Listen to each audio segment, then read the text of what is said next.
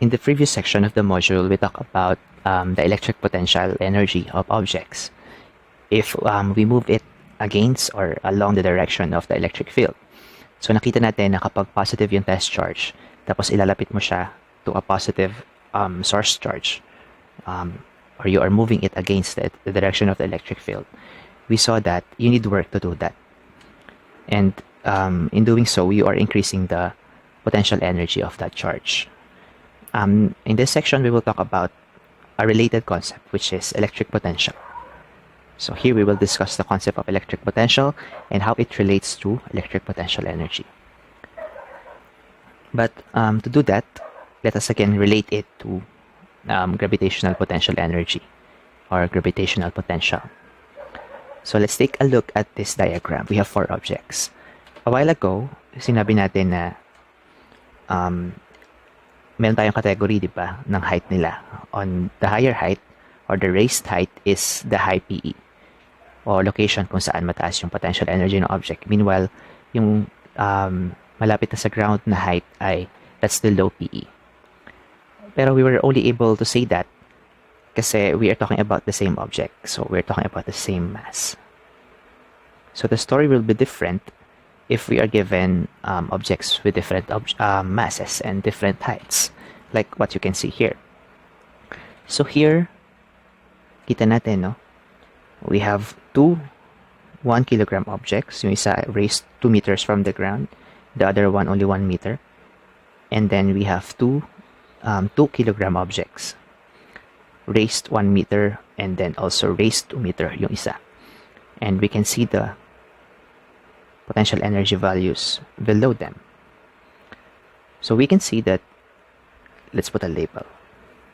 Object A, the potential energy of object A is similar to the potential energy of object D. Both of them have 20 joules of potential energy. Although mataas yung height noong object A, mas mabigat naman yung object D. So kumbaga, nag-equal sa dulo yung kanilang potential energy. But if we compare object A to object C, we will see that object D has double the potential energy. Because while it is also at the 2 meter height, double din yung kanyang kilogram or double din yung kanyang mass. So they have, or object C has twice the potential energy compared to object A. The amount of gravitational potential energy stored in an object depends upon the amount of mass of the object and the amount of height to which it was raised. Pero meron daw bang related quantity na nakadepende lang sa height? Kasi ang PE, di ba? Potential energy, it depends on the mass and the height. Is there a related concept kung saan location dependent lamang siya? That's actually called the gravitational potential. Okay? So let's take a look at this. Let's try to divide the potential energy of each object sa kanyang mass. So if you divide 20 by 1 kilogram, you're going to get this. If you divide 10 by 1 kilogram, 10 joules, this one. If you divide 40 joules to 40 kilogram, you'll get this one. And this one will result to this one. Now, the curious thing that's happening here is objects, regardless of their mass, na magkapantay yung height, will have the same value na joules per kilogram. Diba? Kanina nakita natin, object C has twice the potential energy as object A as compared to object A. But here, if we talk about gravitational potential, tandaan mo walang energy sa dulo, we can see that regardless of their mass, if they are at the same location relative to the ground, they will have the same value of gravitational potential or yung joules per kilogram. The same with this one, B and T. They both have 10 joules per kilogram. Bakit na wala yung epekto ng mass? Kasi if you remember, mgh, di ba, ang PE. But if you divide it by mass, now the unit will be cancelled out. Now it's only location dependent. Gravitational potential is a location dependent quantity that is independent of the mass of the object experiencing the field or the gravitational field. In mathematical form, it is PE over mass or PE over kilogram. This means that however heavy an object is, its gravitational potential will be the same with other objects when placed on a particular height. Okay?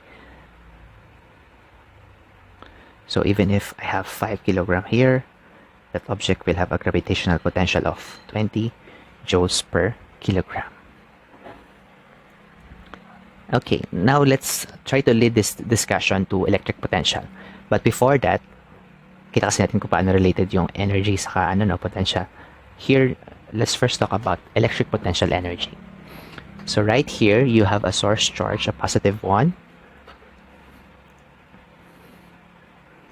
And then you have two charges, test charges.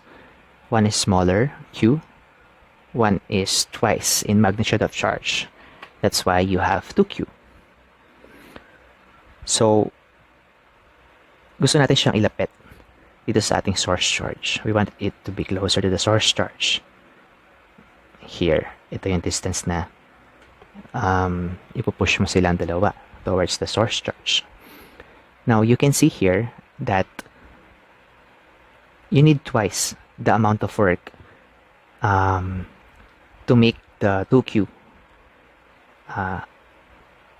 closer to the gravitational, to the electric field, diba?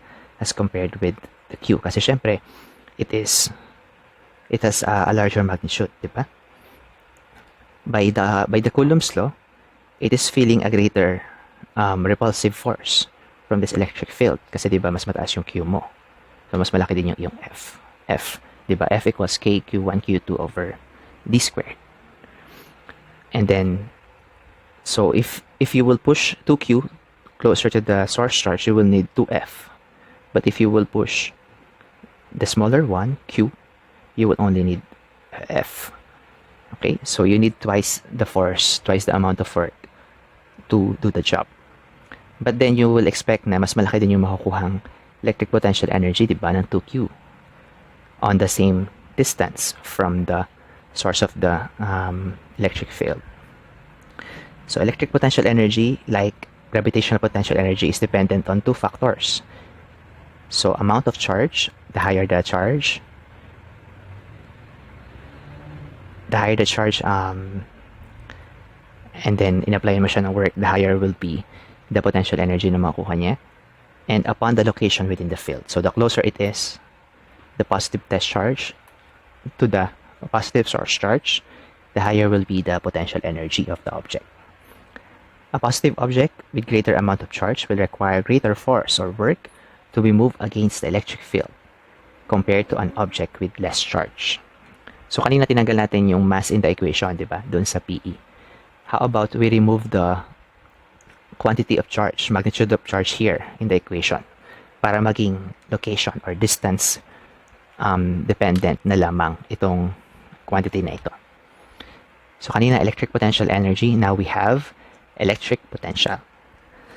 So let's say, ayan, nailapit na natin yung ating charges dun sa source charge. We have already applied or done work on both of the charges. So kita natin dito, this one, the Q, diba? And then the 2Q. The Q will receive 10 joules, 10 units of PE or 10 joules. And the 2Q will have 20 joules, of course. But if we divide it by their charge, the joules by their charge, the charge here is Q, let's say 1 coulomb. The charge here is 2 units, let's say 2 coulombs. We will actually see that both of them have the same value of electric potential. Okay? Both of them have 10 joules per coulomb. That means that however large, kahit pa siya ay 5 coulomb, and then minove mo sila over the same distance.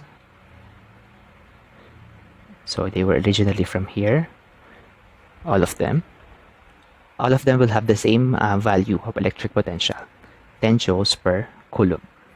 Okay? So electric potential is location-dependent quantity that is independent of the magnitude of the charge. Formula mo ay PE over Q. This means that however large the magnitude of charge an object has, its electric potential will be the same as any other objects when placed on a particular position within the field. Okay? By the way, let's try to expound on this. 10 joules per coulomb. So that means every coulomb of charge will have an energy of 10 joules. Okay? So let's have a little quiz before we end this section. So we have two scenarios here, scenarios A and then scenario B. So there you go. The question is, do you have to do work on the charge? Let's first answer the first one. So on the first one, you're moving along the direction of the field, diba? So you don't have to do work on this one. Work done? No. In this one, you're moving against. You know that the electric field is positive kasi pa away yung direction, but you're moving towards that, against that. So you have to do work on this one. And then, it's asking now which point is the electric potential energy greatest at. Saan mas malaki? Doon sa A or sa B? Point A or point B? So, here, kita natin that we expect it to be greater at A. Kasi A would be closer to the source charge. And then it's greater at B here because you are moving it closer. You will do work on this one.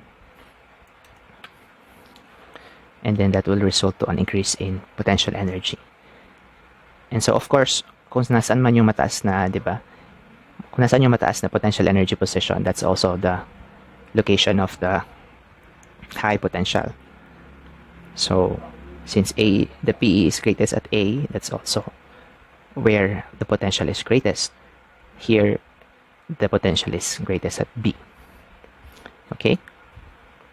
Okay, I'll see you on the last one.